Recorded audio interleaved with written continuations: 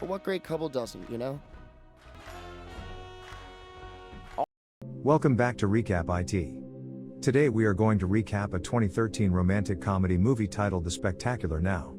Sutter, a spoilt young man, and Amy, a studious girl, develop a special bond and fall in love.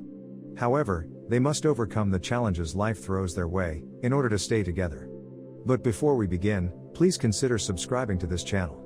Now without wasting any further time, let's begin, shall we? Sutter Keeley, an attractive and well-liked 18-year-old, has spent his senior year of high school drinking and partying. When his girlfriend Cassidy Roy dumps him, Sutter returns home and writes a college application supplement in which he claims that being dumped by her has been his greatest challenge in life. After sneaking into a bar, he goes out and becomes blackout drunk. Sutter is awoken on a front lawn the next morning by Amy Finecki, a girl in his year whose name he does not know. Sutter joins Amy in the middle of her mother's paper route to track down his car. He asks her to tutor him in geometry the next day. He discovers that she is intelligent, funny, and enjoys science fiction and comic books. Sutter returns home and deletes the supplement he wrote about his greatest challenge in life. The next day, he takes Amy to a party and they go for a walk and drink. Amy admits that she has never been drunk before, that she has never had a boyfriend, and that she does not believe she will be able to attend college because she must care for her mother. Before complimenting and kissing her, Sutter tells her she isn't responsible for her mother.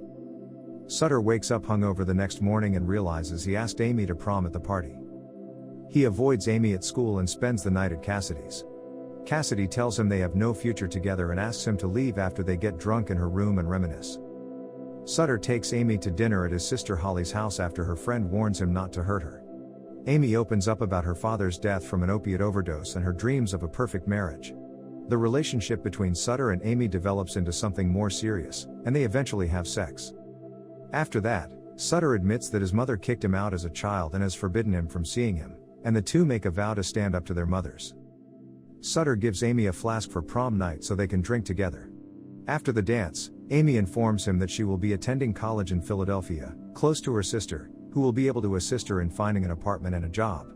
She asks Sutter to go to junior college with her, and he reluctantly agrees. Sutter obtains his father's phone number from Holly and plans to meet up with him and Amy at a baseball game. Under the influence, his father answers the door and admits that he forgot about their plans and instead takes them to a local bar. Sutter's father picks up a woman in the middle of the night and asks Sutter to pick up the tab and meet him back at his motel.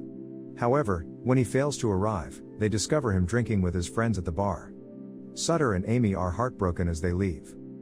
Amy tries to console Sutter by telling him she loves him, but Sutter, who is angry and inebriated, snaps at her.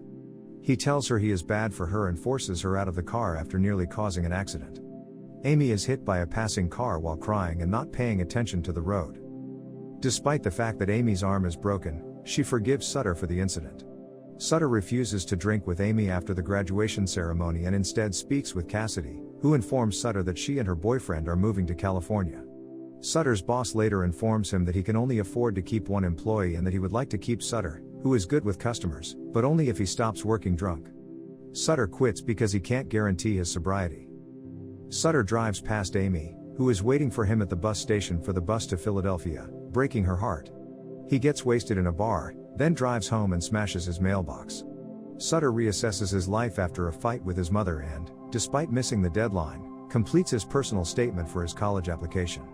His greatest challenge, he admits, is himself and his insistence on living in the moment. He drives to Philadelphia and spots Amy on her way out of class. They make eye contact, and Amy gives a polite smile before it fades. And this is where the movie comes to an end.